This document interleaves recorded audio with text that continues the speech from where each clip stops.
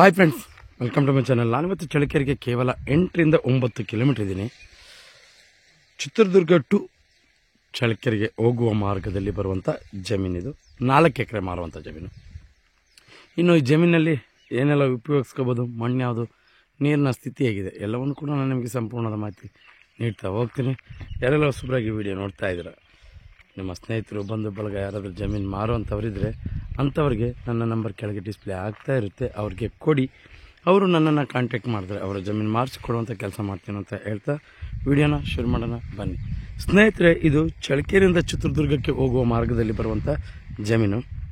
ಇನ್ನು ಚಳ್ಳಕೆರೆಯಿಂದ ಇಲ್ಲಿಗೆ ಕೇವಲ 8ರಿಂದ 9 ಕಿಲೋಮೀಟರ್ ಆಗುತ್ತೆ. ಇನ್ನು ಇದು ತಾರ್ ರೋಡು. ಜೊತೆಗೆ ಭಾಳ ಜನ ನನಗೆ ರೋಡ್ ತೋರಿಸಿ ವೀಡಿಯೋ ಮಾಡಿ ಅಂತ ಹೇಳ್ತಾಯಿದ್ರು. ದಯವಿಟ್ಟು ಕ್ಷಮೆ ಇರಲಿ. ಮುಂದಿನ ವೀಡಿಯೋಗಳಲ್ಲಿ ನೀವು ಹೇಳಿದ ಹಾಗೇ ರೋಡ್ ತೋರಿಸಿ ವಿಡಿಯೋ ಮಾಡುವಂಥ ಕೆಲಸ ಮಾಡ್ತೀನಿ ಅಂತ ಹೇಳ್ತಾ ಸ್ನೇಹಿತರೆ, ಇದು ಬೆಂಗಳೂರಿಗೆ 208 ಕಿಲೋಮೀಟ್ರ್ ಆಗುತ್ತೆ, ಚಳ್ಳಕೆರೆಗೆ 8 ಕಿಲೋಮೀಟ್ರ್ ಆಗುತ್ತೆ, ಇನ್ನು ಚಿತ್ರದುರ್ಗಕ್ಕೆ 20 ಕಿಲೋಮೀಟ್ರ್ ಆಗುತ್ತೆ. ಇದು 4 ಎಕರೆ ಮಾರುವಂಥ ಜಮೀನು. ಜೊತೆಗೆ ನಿಮಗೆ ಇದು 2 ಎಕರೆ ಸಪ್ರೇಟ್ ಆಗಿದೆ. ನಿಮಗೆ ಬೇಕು ಅಂದರೆ 2 ಎಕರೆ ಕೊಡ್ತಾರೆ, ಮತ್ತು 2 ಎಕರೆ ಸಪ್ರೇಟ್ ಕೊಡ್ತಾರೆ. ಜೊತೆಗೆ 4 ಎಕರೆ ತೊಗೊಂಡ್ರೆ ಏನು ಪ್ರಾಫಿಟ್ ಅಂದರೆ, ಇದು 2 ಎಕರೆಯಲ್ಲಿ ಬೋರಿನ ವ್ಯವಸ್ಥೆ ಇದೆ. ನಿಮಗೆ 10 ವರ್ಷದಲ್ಲಿ ಈ ಮೆಕ್ಕೆಜೋಳ ಹಾಕಿದಾರಲ್ಲ, ಅದರಲ್ಲಿ ಬೋರಿನ ವ್ಯವಸ್ಥೆ ಇಲ್ಲ. ಈ ನೀರುಳ್ಳಿ ಹಾಕಿದಾರಲ್ಲ, ಇದರಲ್ಲಿ ಬೋರಿನ ವ್ಯವಸ್ಥೆ ಇದೆ. ಆದ್ದರಿಂದ ಟೋಟಲಾಗಿ 4 ಎಕರೆ ತೊಗೊಂಡ್ರೆ ನಿಮಗೆ ಅನುಕೂಲ ಜಾಸ್ತಿ ಇದೆ. ನೋಡಿರಿ, 4 ಎಕರೆ ತಗೊಂಡ್ರೆ ಟೋಟಲಾಗಿ ನಿಮಗೆ ಬೋರಿನ ವ್ಯವಸ್ಥೆ ಕೂಡ ಆಗುತ್ತೆ. ಈಗ ನೀರುಳ್ಳಿ ಹಾಕಿದ್ದಾರೆ ನಿಮಗೆ. ಜೊತೆಗೆ ನಿಮಗೆ ಮೊದಲನೇದಾಗಿ ನೀರಿನ ಸ್ಥಿತಿಗೆ ಬರ್ತೀನಿ ನಾನು. ಈ ಭಾಗದಲ್ಲಿ ಎಲ್ಲೂ ಕೂಡ ನೀರಿನ ಸ್ಥಿತಿ ತೊಂದರೆ ಇಲ್ಲ. ಸುತ್ತಲೂ ಕೂಡ ಅಡಿಕೆ ತೋಟ. ನಿಮಗೆ ಪಕ್ಕದಲ್ಲಿ, ಈ ಜಮೀನು ಪಕ್ಕದಲ್ಲೇ ಅಡಿಕೆ ಹಾಕಿದ್ದಾರೆ.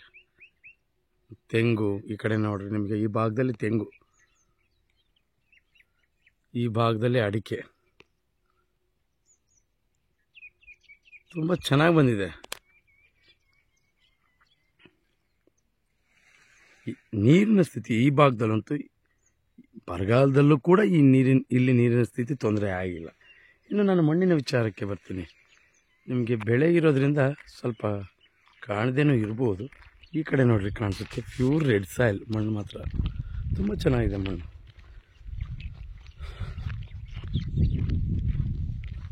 ನೋಡ್ರಿ, ನಿಮಗೆ ಇದೆ ಕಾಣಿಸುತ್ತೆ ಬೋರ್. ಇನ್ನು ಮಣ್ಣಿನ ವಿಚಾರ ಪ್ಯೂರ್ ರೆಡ್ ಸಾಯಿಲ್.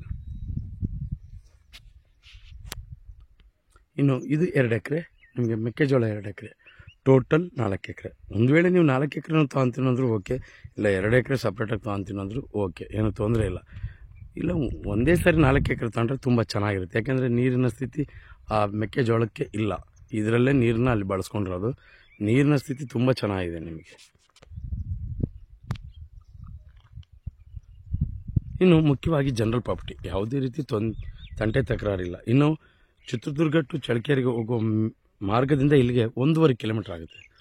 ನೀವು ಬಸ್ಸಿನ ಕನ್ವೆಂಟ್ ಕೂಡ ತುಂಬ ಚೆನ್ನಾಗಿರುತ್ತೆ. ಯಾವುದೇ ರೀತಿ ಈ ಭಾಗದಲ್ಲಿ ತೊಂದರೆ ಇಲ್ಲ. ನೀವು ಆರಾಮಾಗಿ ಇಲ್ಲಿಂದ ಬಸ್ಸುಗಳು ಕೂಡ ನಿಮಗೆ 1 ಕಿಲೋಮೀಟ್ರ್ ನಡ್ಕೊಂಡು ಹೋದರೆ ಬಸ್ ಸಿಗುತ್ತೆ. ಯಾವಾಗಲೂ 5 ನಿಮಿಷಕ್ಕೊಂದು ಬಸ್ ಇರುತ್ತೆ, ಏನು ತೊಂದರೆ ಇಲ್ಲ.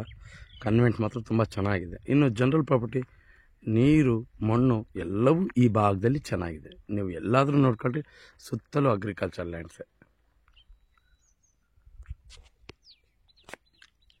ಇನ್ನು ಒತ್ತಡದ ಬರದಲ್ಲಿ ಯಾವುದಾದ್ರೂ ವಿವರಣೆ ಕೊಡುವಂಥ ಸಮಯದಲ್ಲಿ ವ್ಯತ್ಯಾಸ ಆಗಿದ್ದರೆ ದಯವಿಟ್ಟು ನೀವು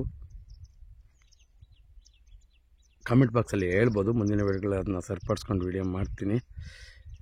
ಇನ್ನು ಕೊನೆಯದಾಗಿ ಈ ಜಮೀನಿನ ಬೆಲೆ 1 ಎಕರೆ 18 ಲಕ್ಷ ಹೇಳ್ತಾರೆ. ಕೂತ್ಕೊಂಡು ಮಾತಾಡಿದ್ರೆ ಹೆಚ್ಚು ಕಮ್ಮಿ ಆಗುತ್ತೆ. ನೇರವಾಗಿ ಪಾರ್ಟಿ, ಯಾವುದೇ ರೀತಿ ತೊಂದರೆ ಇರಲ್ಲ. ನಿಮಗೆ 1 ಎಕರೆ 18 ಲಕ್ಷ ಹೇಳ್ತಾರೆ. 4 ಎಕರೆ, ನೀವು 4 ಎಕರೆನೂ ತಗೋಬೋದು, ಇಲ್ಲ ಅಥವಾ 2 ಎಕರೆನೂ ತಗೋಬೋದು.